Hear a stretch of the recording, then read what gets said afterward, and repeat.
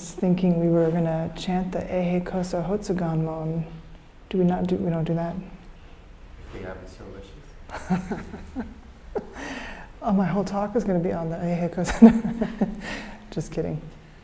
But I was thinking of the Eihei Koso Hotsuganmon before coming down here, particularly the line that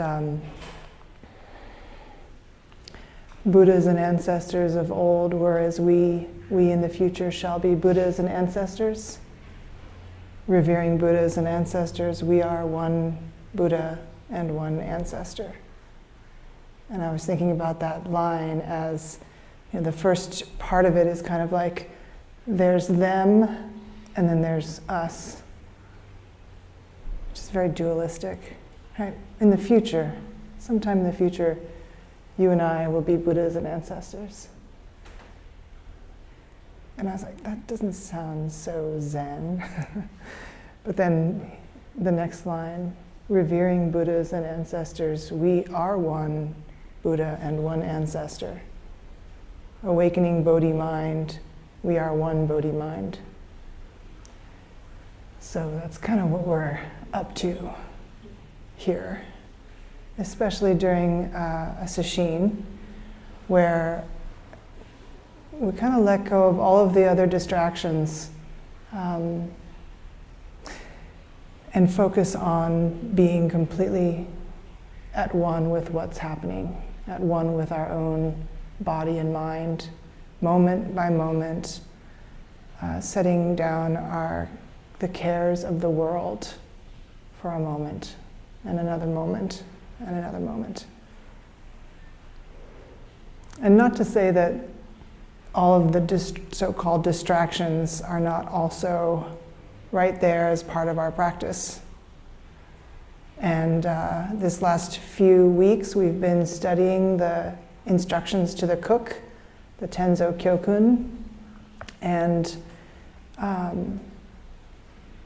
such a rich text fundamentally about how the mind of enlightenment is expressed through everyday, ordinary activity, including our work, including everything.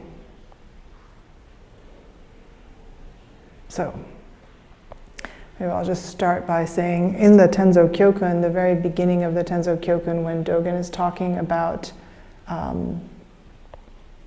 the role of the Tenzo, he puts it in the context of there being 6 temple administrators. And we have a number of these temple administrators running around right now. Not running, but in the room.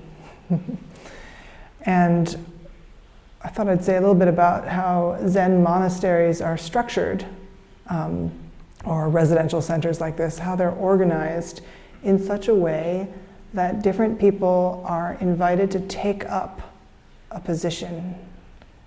We call these, temple positions. The senior staff is like, there's very specific roles for each of them. So, for example, Kevin as Ino has his domain, his realm that he takes care of.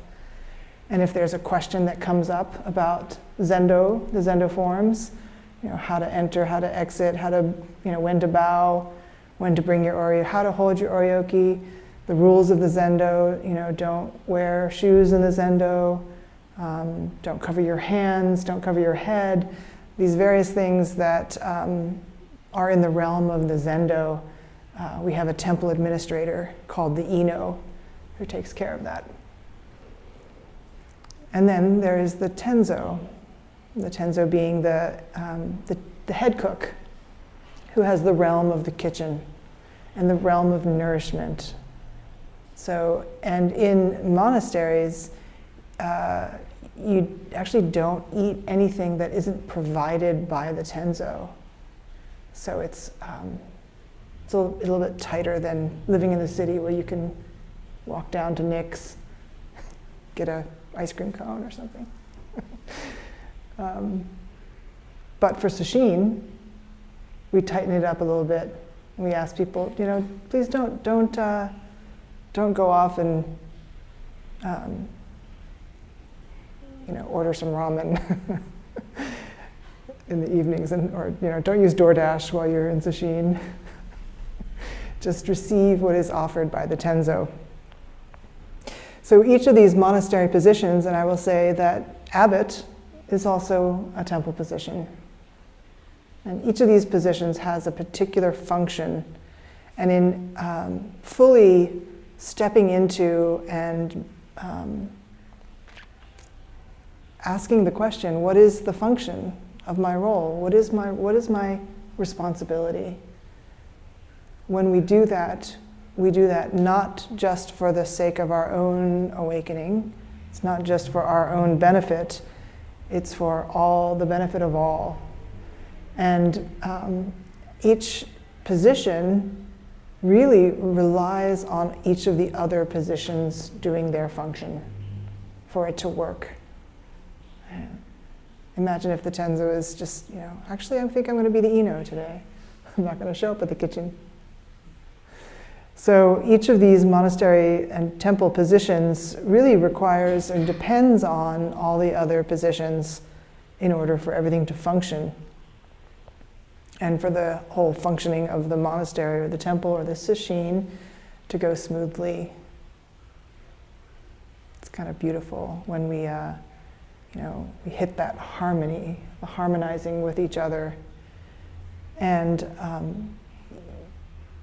because this is beginner's mind temple, maybe not just because it's beginner's mind temple, but as beginner's mind temple, we constantly throw people into new positions and say, okay, go. And then we see what happens.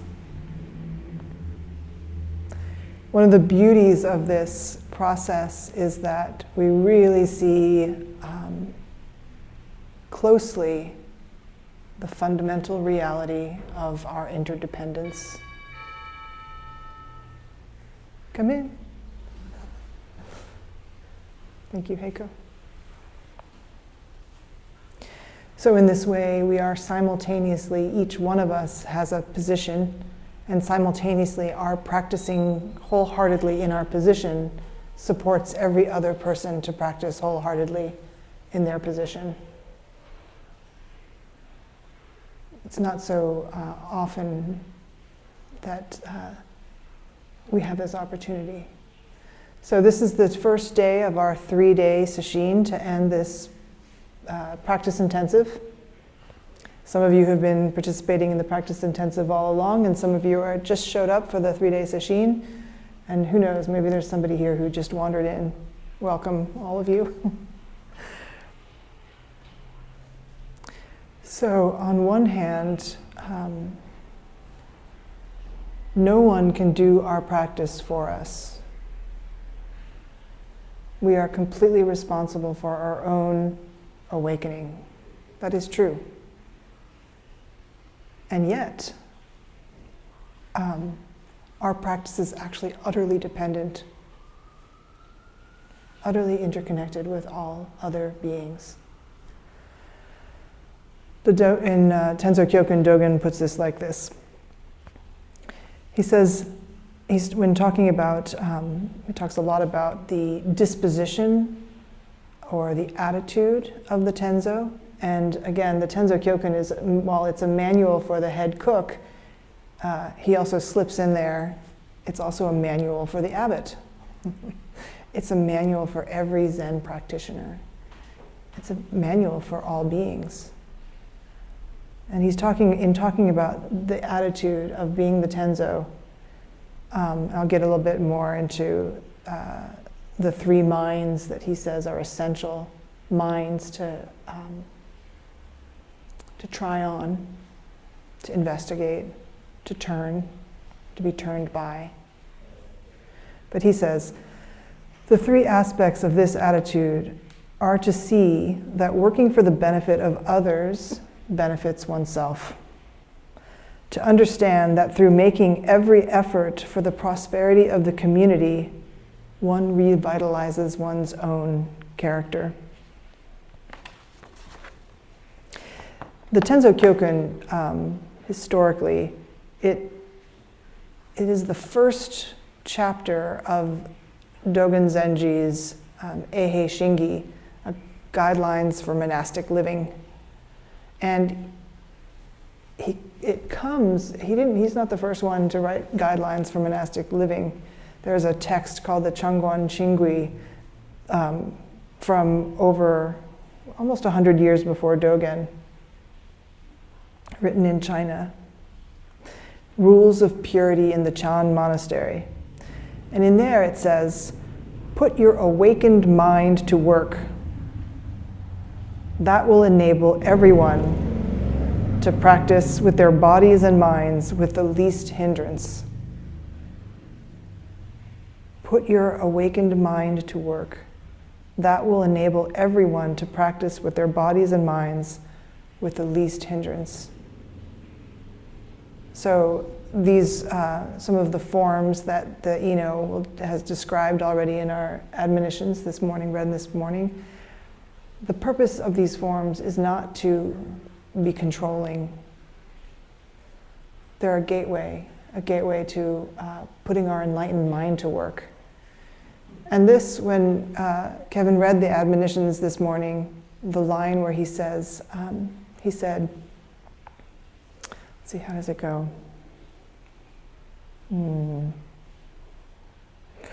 There's a part, and I'm blanking on it right now.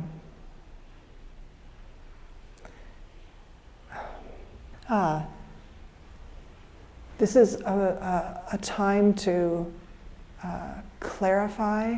Is it clarify and realize your ultimate concern? Do you remember that part?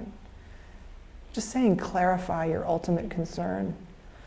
And I hope that you're not thinking too much about what your ultimate concern is.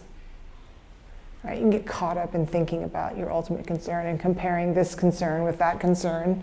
And soon you're no longer present. You're in your mind lost in thinking about, what's my ultimate concern? Is it happiness? Is it to be of benefit? Is it to get that new car that I want, that cool hybrid? Oh no, it doesn't come out till next year. Like, we go off, right? Our minds go off.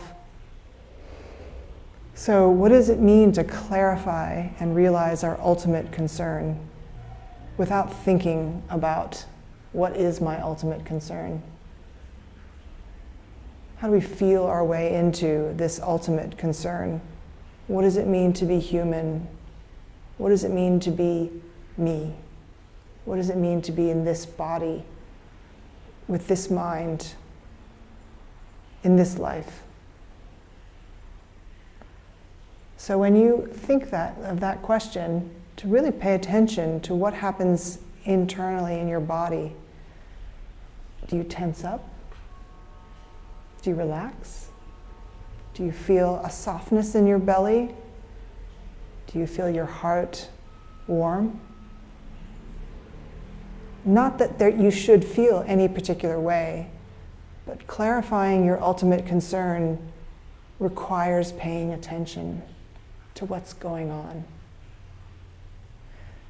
So here we are in Sesshin, again, putting aside our worldly concerns and turning the light inward.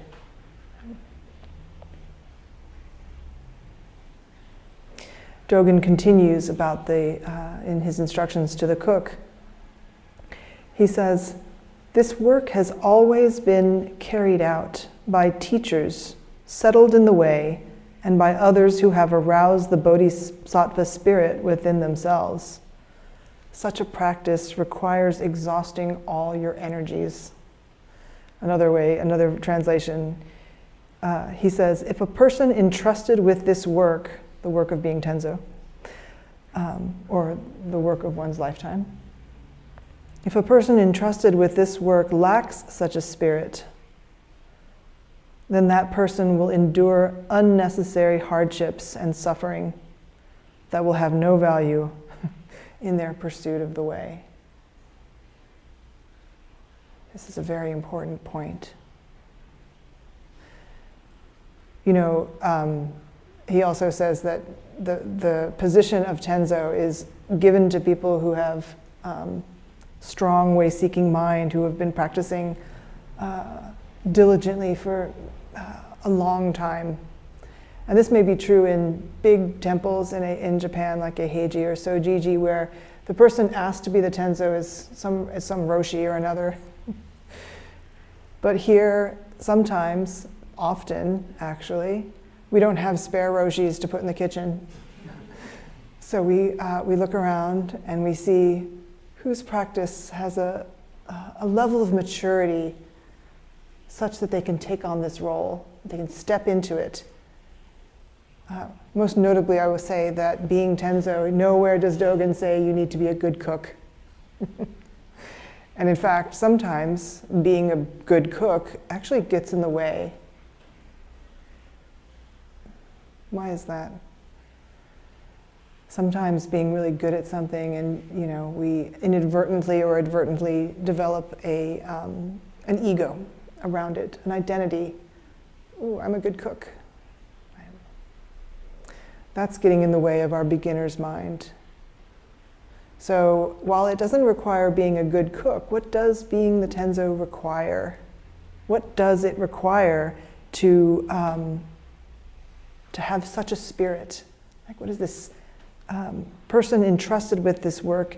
If they lack such a spirit, then they will endure unnecessary hardships and suffering and will have no value in their pursuit of the way.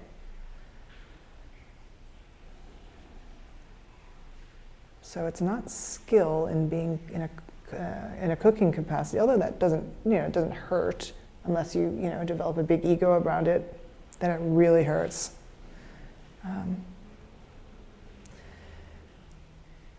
These positions, each of them, are incredible training positions because people have expectations. You have expectations, and then you get to run into reality over and over again and readjust, right? It's like learning how to dance, right?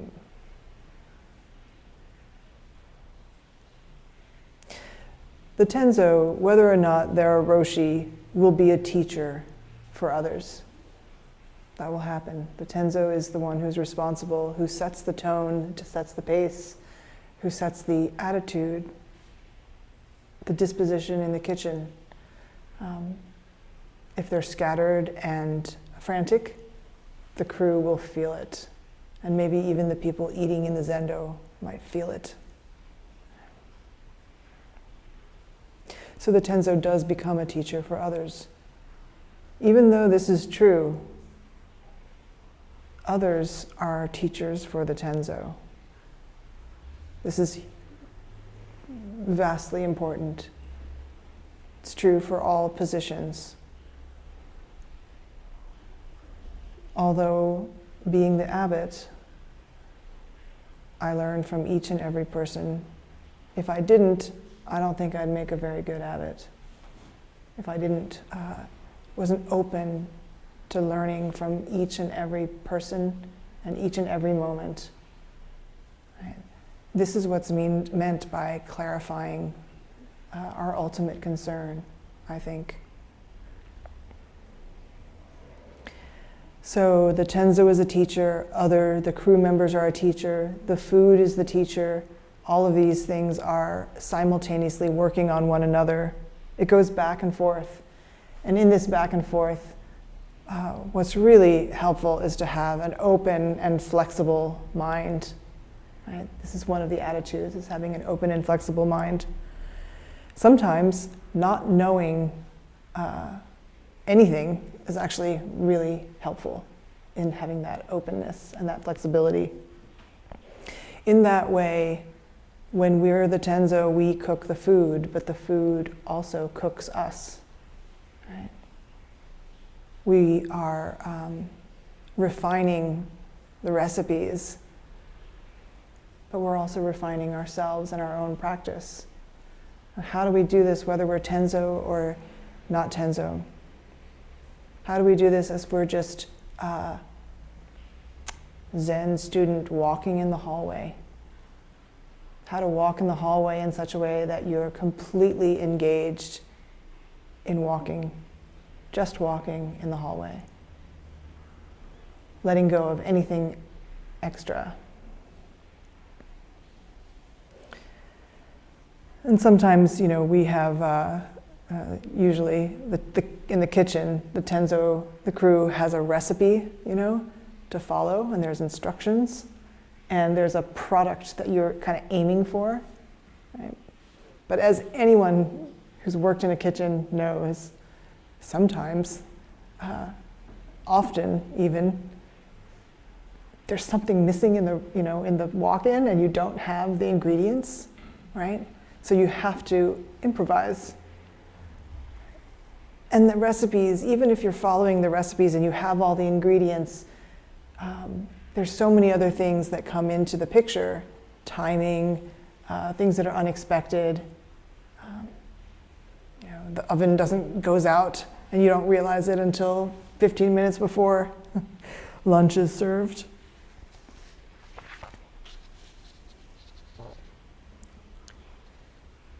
So getting to this line, such a practice requires exhausting all your energies. Does this mean that if you're not exhausted, you're not practicing hard enough? Does it?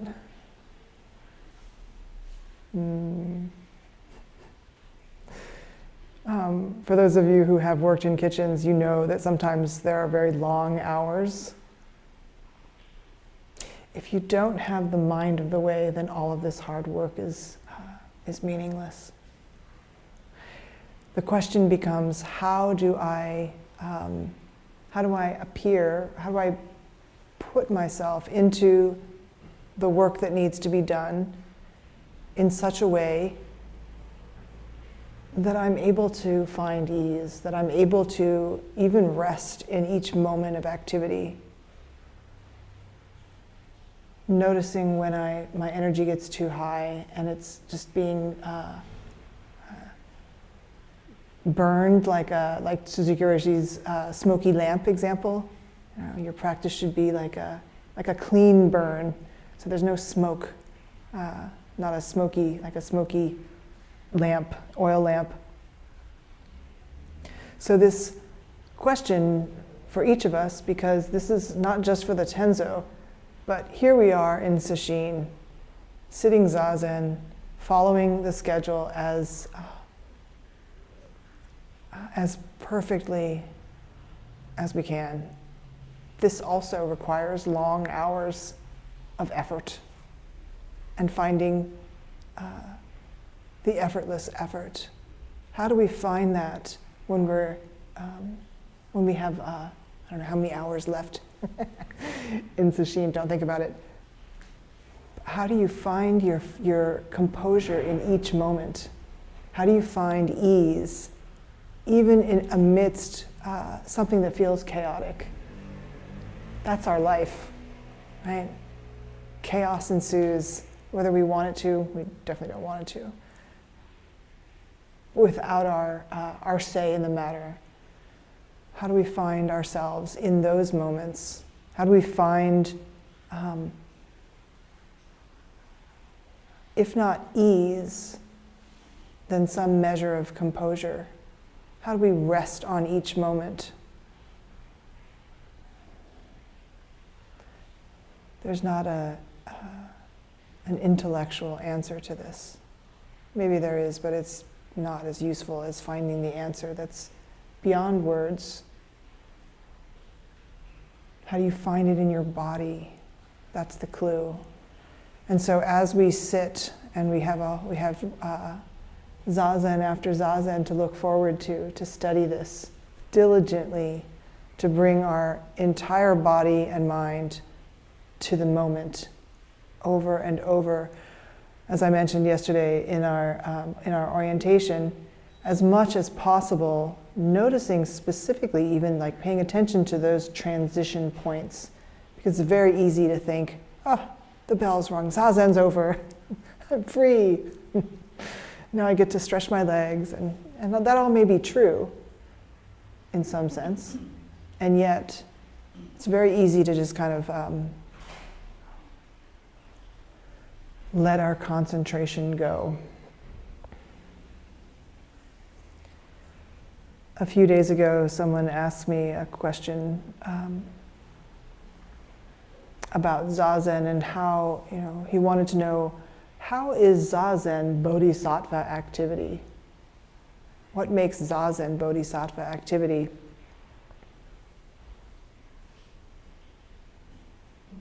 I think this question is answered in this Changguan Jingui. Put your awakened mind to work. That's a really good description of bodhisattva activity. How do we put our awakened mind to work? How do we find this moment by moment awareness and ease, even when it's not easeful?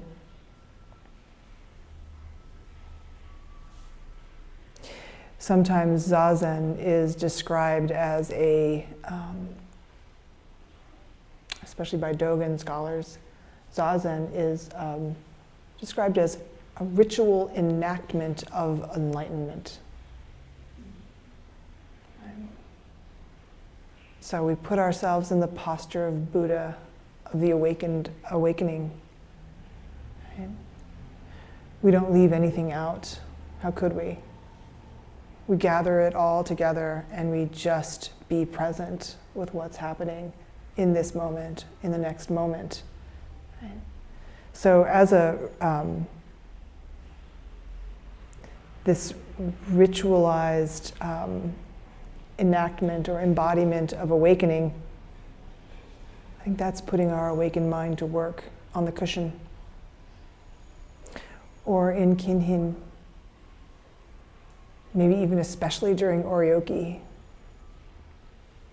I wonder how many of you had oryoki for the first time this morning? Great. I'm not going to ask how it was, but yeah, oryoki is, if it's your first time during oryoki, I imagine that there's some like tension. Like, am I supposed to do this? Am I supposed to do that? What am I supposed to do with this weird stick? You know, all this stuff is coming up. Right?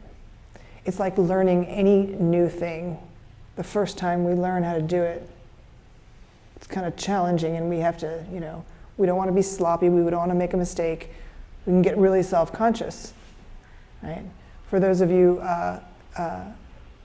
who eventually will be a server for oryoki, that's another amazing opportunity, right? Maybe the first time you serve in the zendo, it's really challenging, right? Everyone's like, you think everyone's watching you as you walk in. It's like, what's too fast? What's too slow, right? All of these things are up in our consciousness, or can be, right? And then the second time we do oryoki, or the second time we serve, it's a little different, right? And then the third time, and the fourth. At some point, if you serve oryoki or eat oryoki enough times, there can be no thought at all, no grasping, just receiving the food.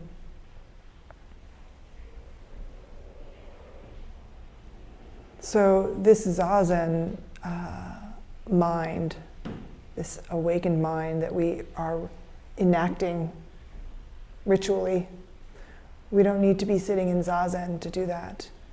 We could be using the toilet. How do we use the toilet with the mind of Buddha? How do we use any implement? How do we work in the kitchen? How do we do soji with the same mind of zazen?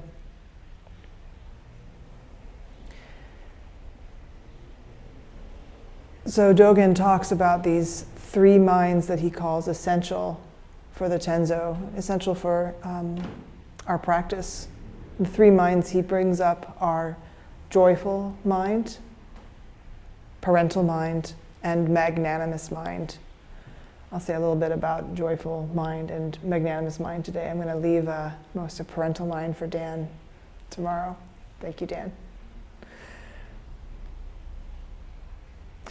In terms of finding this composure in these three minds, how do we do that? How do we find joyful mind if we're not feeling joyful? How do we find big mind when we feel really tight, constrained? How do we find a caring mind if we're not feeling so caring? How do we find a concentrated mind when we're not feeling concentrated? How do we find zazen when we're not feeling zazen? What do? We start by just showing up. That's huge. Right there, just showing up. Right? You all know this. For anything that you do that you're not in the mood for, if you just show up, it helps, right? If you don't show up, then, Buddha can't help you there. You need to show up and find this composure. How do you find this composure in the midst of, even when things aren't feeling so composed?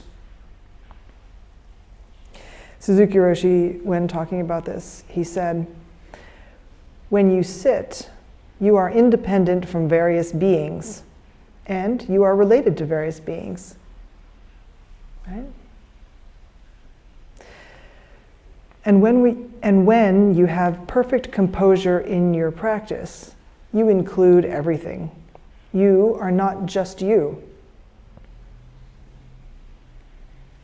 You are the whole world, or the whole cosmos, and you are a Buddha. So when you sit, you are an ordinary human, and you are Buddha. Before you sit, you may stick to the idea that you are ordinary. So when you sit, you are not the same being as you are before you sit. Do you understand? You may say that it is not possible to be ordinary and holy. When you think in this way, your understanding is one-sided. In Japanese, we call someone who understands things from just one side a tambankan. Tambankan. Someone who carries a board on their shoulder, or a board-carrying fellow. You can imagine having a board. You've seen the cartoons, at least. Right? Somebody gets hit inadvertently with the board. Because you carry a big board on your shoulder, you cannot see the other side. You think you are just an ordinary human. But if you take the board off, you will understand, oh, I am Buddha too. How can I be both Buddha and an ordinary human? It is amazing. And then he says, that is enlightenment.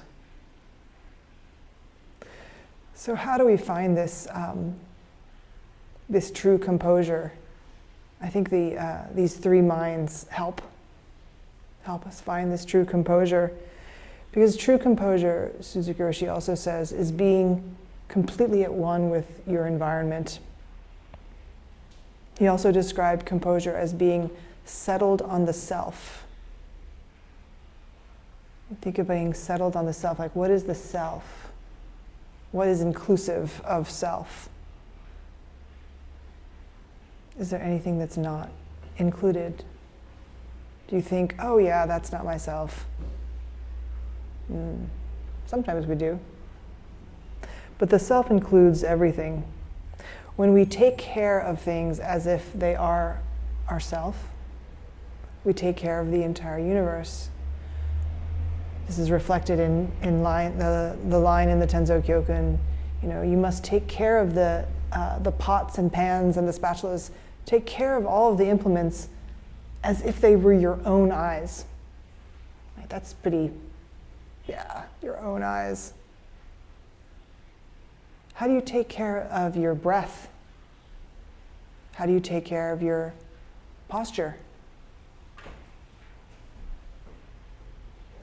At one point, I remember, for some reason, this stuck in my mind for years and years. Linda Ruth Cutts, during a practice period at Tassajara, she said, you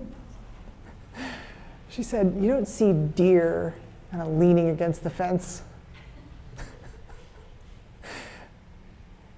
Have you ever seen a deer like leaning against the fence? Maybe it happens.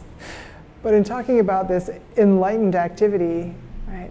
How do you find awakening in this body, in this posture, in this exhalation?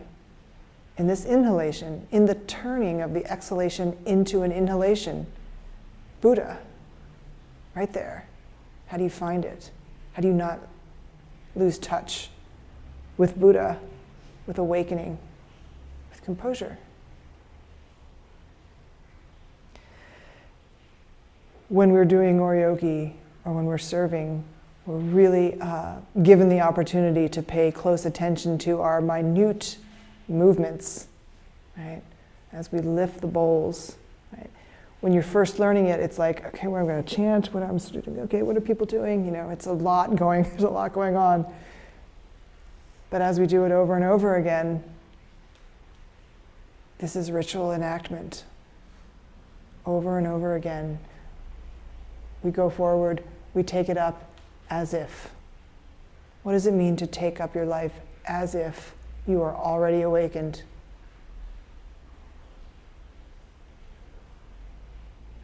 Buddhas and ancestors of old were as we in the future shall be Buddhas and ancestors. But revering Buddhas and ancestors, we are one Buddha and one ancestor. What does it mean to revere Buddhas and ancestors?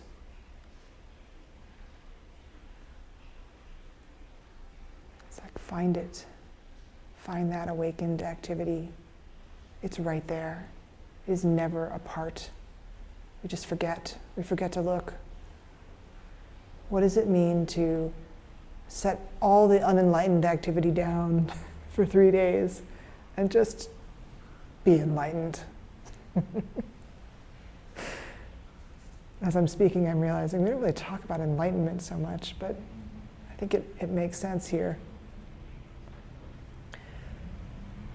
So this is not just the actions of our physicality, right? It's also watching our speech, which we're not doing very much of, at least not you, or not speaking as much, but of body, your actions of body, speech, and mind. So noticing the movements of the mind as much as possible. Conscious and unconscious. It's kind of hard to notice the unconscious ones. But the effects of unconscious mind spill out. Maybe we can notice the effects. If we take care of things as if they were our own eyes, that means we take great care. And this is part of the parental mind that Dogen speaks of. In this sense, when we take care of things, even the most minute details of our breath and our posture and our tying the knot on our oryoki, or how we hold our bowl, how we pass something, how we pass a gamasio to another person. If we do all of this really carefully, attentively, not rigidly, right?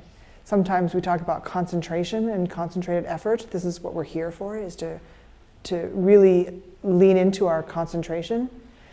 Sometimes people think of concentration as like, you know, being so focused on one thing that they forget everything else. And Dogen has some words about this in Tenzo Kyokun as well. Right? Concentration means everything is in your concentration. Whatever is in your field of awareness, how do we take care of that? So this way, there's no gap between subject and object. We chant this in the meal chant. Right? No giver, no receiver, and no gift. How do we find that in every moment? How do we even find it in oryoki? You can start there. As if there is no gap, over and over and over. This is what's meant by concentration. And from that, what is discovered when we're completely at one with what's happening, concentrated, caring, loving, how we open our heart to the moment. I think this is concentration. And when we do that over and over, what naturally arises is joyful mind. This is harmonizing. So, for example, if you're serving in the Zendo, there's times when serving in the Zendo requires being a little quick, right? Like walking in the Zendo with the pot to go serve. It's pretty fast, right? You're going pretty fast. You've got somewhere to get to. Right? That's your function, is to deliver the food, right? As soon as you stop and bow in front of the person that you're serving, it's not being quick anymore, right? This is harmonizing. What does the situation call for? And so you kind of slow down enough so that you don't start flinging food on people, right? Which happens. It's okay. So concentration isn't being so concentrated on one thing at the exclusion of other things. It's like, how do we open up our awareness to wider and wider circles of belonging, really? And when we do this, naturally our small self will be around. You know, that's just part of it. That's just part of the picture. So it's not like you cut that small self out and throw it away. You can't, first of all. But actually you don't want to, because that would be turning away from reality. That wouldn't be true concentration. So how do you include that, right? Later on in Sesshin, I'm going to talk about the Dogen's Nothing is Hidden a little bit more, but I'm going to run out of time.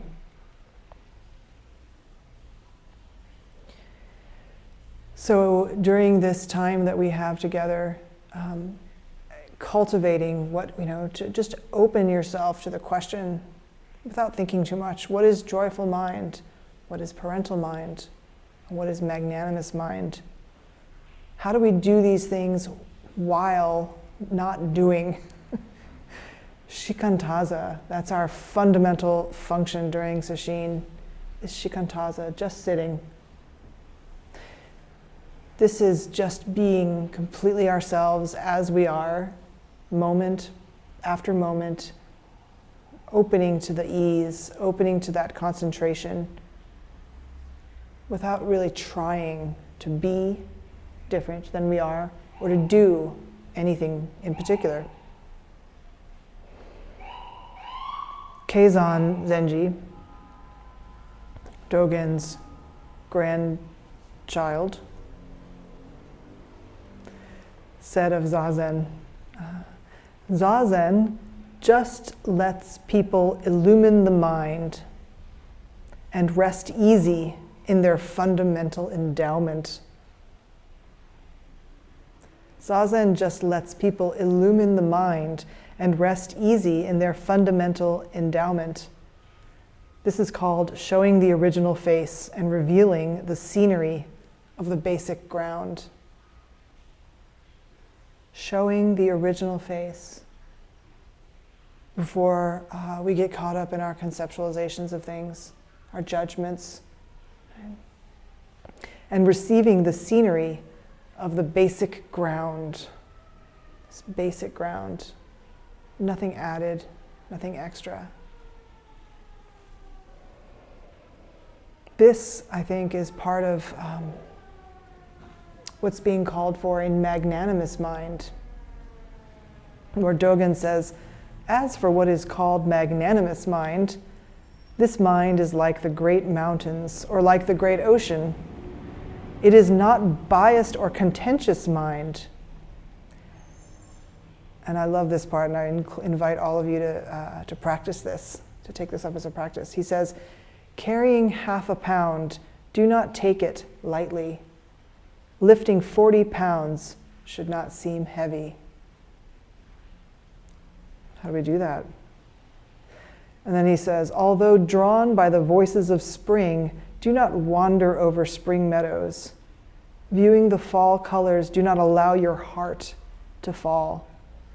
The 4 seasons cooperate in a single scene.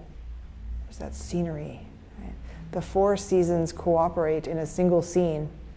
Regard light and heavy with a single eye. On this single occasion, you must write the word great. You must know the word great.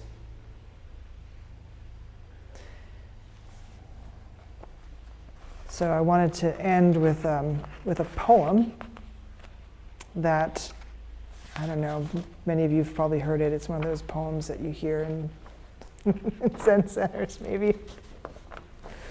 But this poem, I think of it often when studying the Tenzo Kyokun, because I feel like all the minds that he's describing are kind of in there. And it's the poem about love.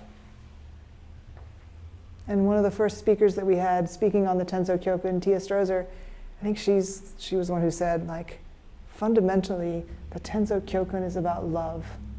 It's about nourishment, it's about love. So I'm going to read this poem to end. It's called Aimless Love by Billy Collins. This morning, as I walked along the lakeshore, I fell in love with a wren. And later in the day, with a mouse. The cat had dropped under the dining room table. In the shadows of an autumn evening, I fell for a seamstress still at her machine in the tailor's window. And later, for a bowl of broth, steam rising like smoke from a naval battle. This is the best kind of love, I thought, without recompense, without gifts or unkind words, without suspicion or silence on the telephone. The love of the chestnut, the jazz cap, and one hand on the wheel. No lust, no slam of the door. The love of the miniature orange tree, the clean white shirt, the hot evening shower, the highway that cuts across Florida. No waiting, no huffiness or rancor, just a twinge every now and then for the wren who had built her nest on a low branch overhanging the water, and for the dead mouse, still dressed in its light brown suit. But my heart is always propped up in a field on its tripod, ready for the next arrow. After I carried the mouse by the tail to a pile of leaves in the woods, I found myself standing at the bathroom sink, gazing down affectionately at the soap, so patient and soluble. And then for some reason, my printer stopped printing. So you'll have to read, I'll have to tell you the last line next time. But I want to leave you with this. What does it mean to gaze affectionately at the soap? This is the invitation of Sesshin, is to get so close to your experience that your heart opens. This is our ultimate concern. It's part of it. Thank you.